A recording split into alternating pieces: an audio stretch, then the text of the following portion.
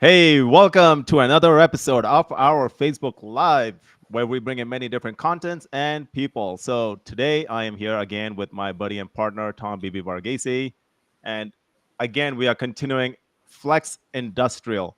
What's going on, what the trend is, and what's going to happen in 2025, and what's been happening in 2024. My name is Dr. Noah Liu, and today we're going to be diving straight in with Tom giving us some data that he obtained from his real estate guys and his summit and events that he went to. So, Tom, man, take it over.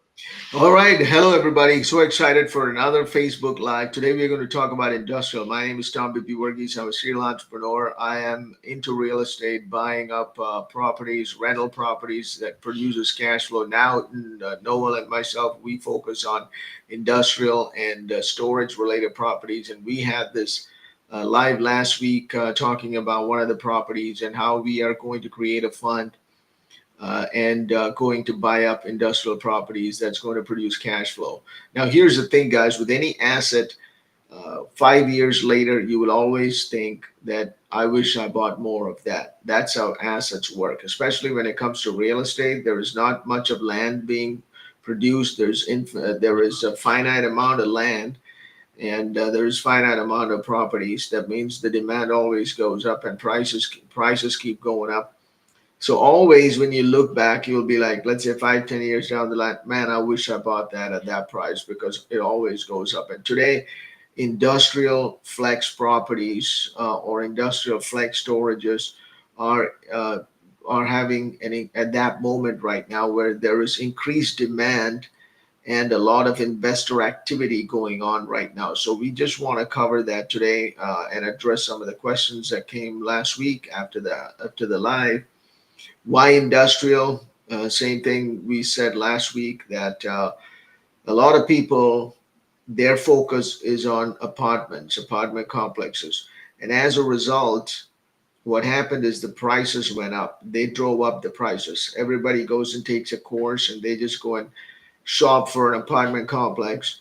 And when you get an OM, an offering memorandum, there is like 10 other people looking at it. And when there's 10 people looking at it, that means there is a lot of demand. That means the sellers know they can get a better price and they just make people bid against each other. And prices were bid up in the last 2, 3 years.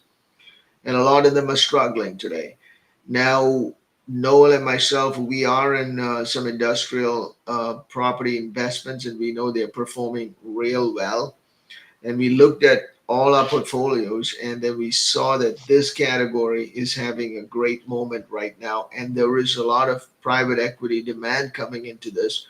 So, this is how if you were to start an apartment complexes are great investments, guys.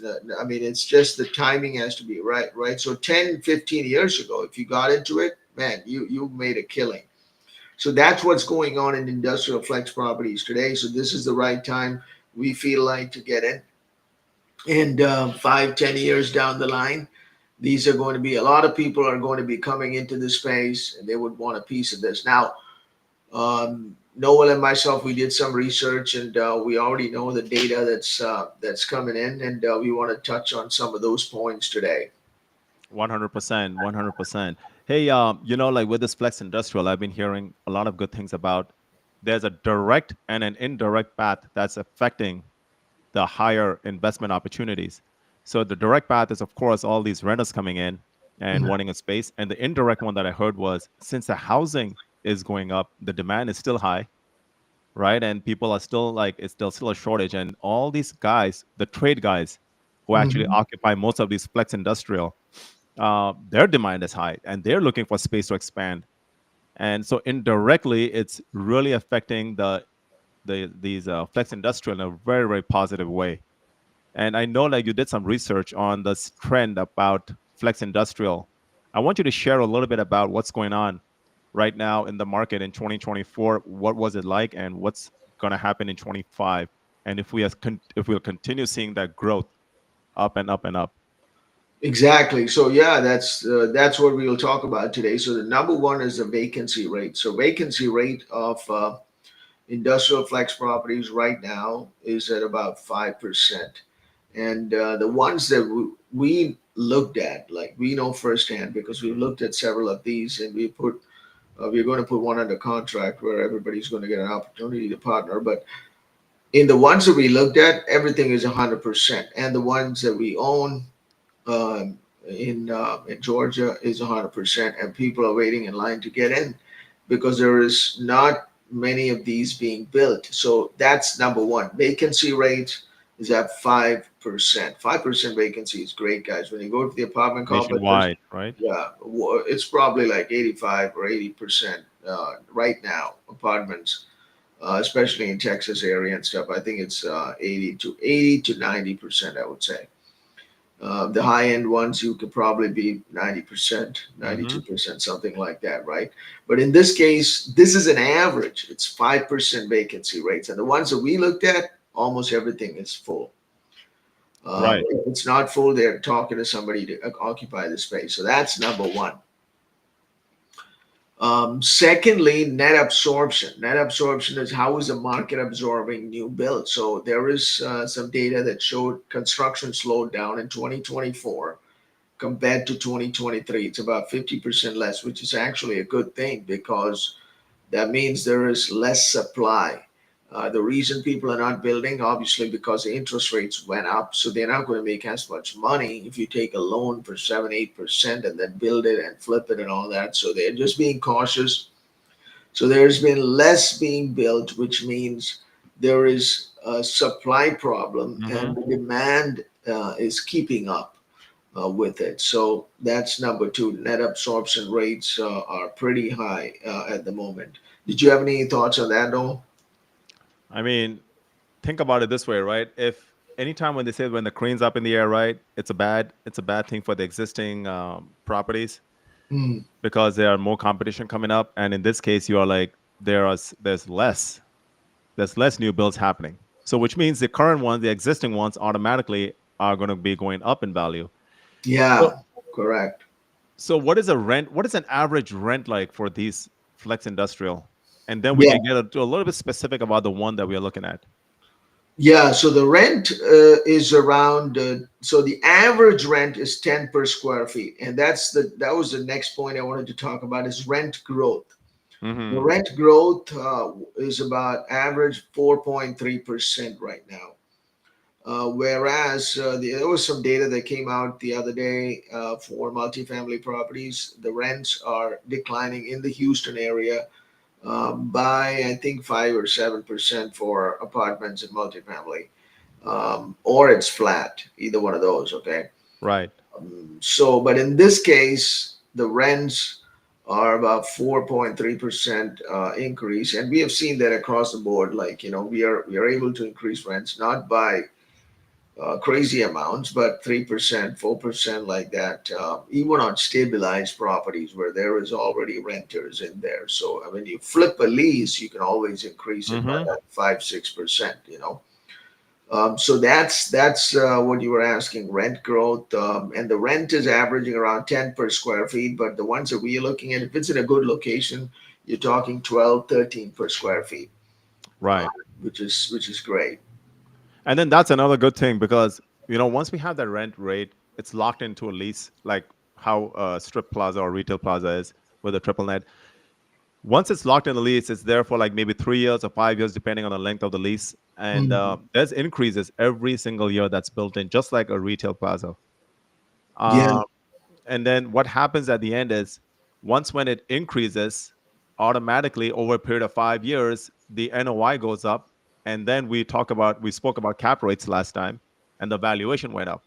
So anytime when there's an apartment or maybe there is an industrial or triple net, if it's 100% occupied and 100% leased out, especially with this flex industrial, that means one thing, right, Tom? The rent's a little bit low. yep, correct. Yeah. So in this case, what are we doing? What is the game plan? Like, is it taking the lease that's expired and those guys move out and anybody else moving in with a higher rate, right? Yes, correct. So the thing is, what Noel is saying is that when anybody moves out, that's the time you can actually increase the rents by more than like 3% of the average, right? So because it's going to be at the market rate, they got to come in. So that's the time you can go up to 10%. I mean, some cases if we buy a property that's below market rents, we can obviously increase it by more than 10% and all that, but those are not that easy to obtain. But if it is a stabilized property that you put some tenants in there, when they move out, that's the time to increase the rents. Right, right. And this is not like apartment complex where the rent, everybody projects the rent's going to go up and then nothing happens because then those guys move out. This Mm. is industrial. This is where people actually operate the business from. And all the blue collar workers, like the trades guy, they are the ones who's occupying this space here. So anybody who's moving out, they're probably moving out because they want a bigger space. And that's one of those main reasons we've noticed that why they move out, or they want the ability to expand. Yeah, Um, correct. Exactly. Yeah. right? That's why they move out. Yeah, it's not like Unlike apartments, right? yeah, it's not like, hey man, I'm going to a different neighborhood. No, this is because their business grew and they're looking for more space. That's the usual, I'm saying. Right. There's some very rare cases where somebody goes out of business, but mostly it's simply because their business is expanding and they want more space. And if we have more space, they usually end up taking the second um, one right next to them or something in that complex.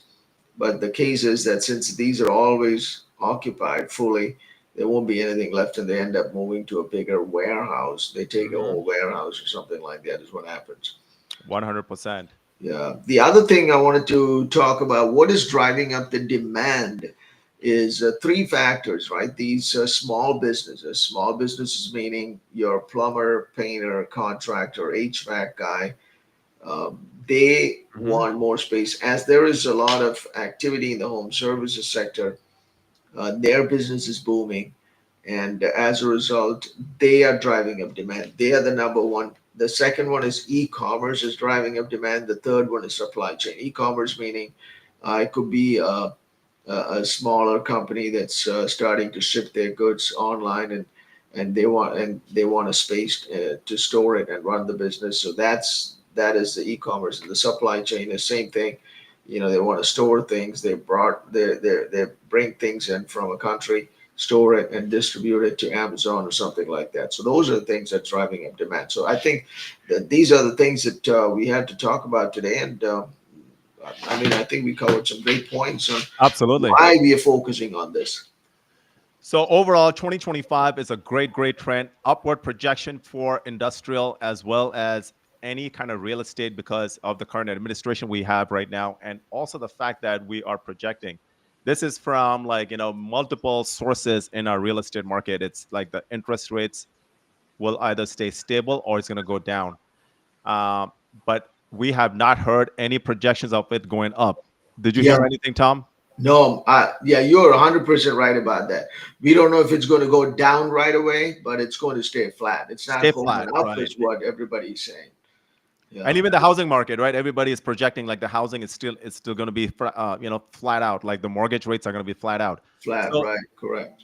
so that mortgage, new build up houses, they affect people who are going to build them, and people who are going to build them, that will indirectly affect the space that they're going to be renting from, and that space automatically we know it's flex industrial. Yeah. So anything else, Tom? No, that's it, guys. I think we had a great conversation today about why industrial and why people should start looking at this. Awesome, awesome. And then with that being said, we're gonna land the plane now. Just one thing, it's our vision we spoke about last time, having a portfolio of multiple of these flex industrial, and it's gonna be part of our fund that we're gonna be launching. So definitely keep an eye out. DM us with any questions, any concerns, anything that you have, or you want to learn, or you want to know more. So let us know. Sounds good. Awesome, guys. Thank you for tuning in. Have a great rest of the week. Yep. Take care. Bye. Bye.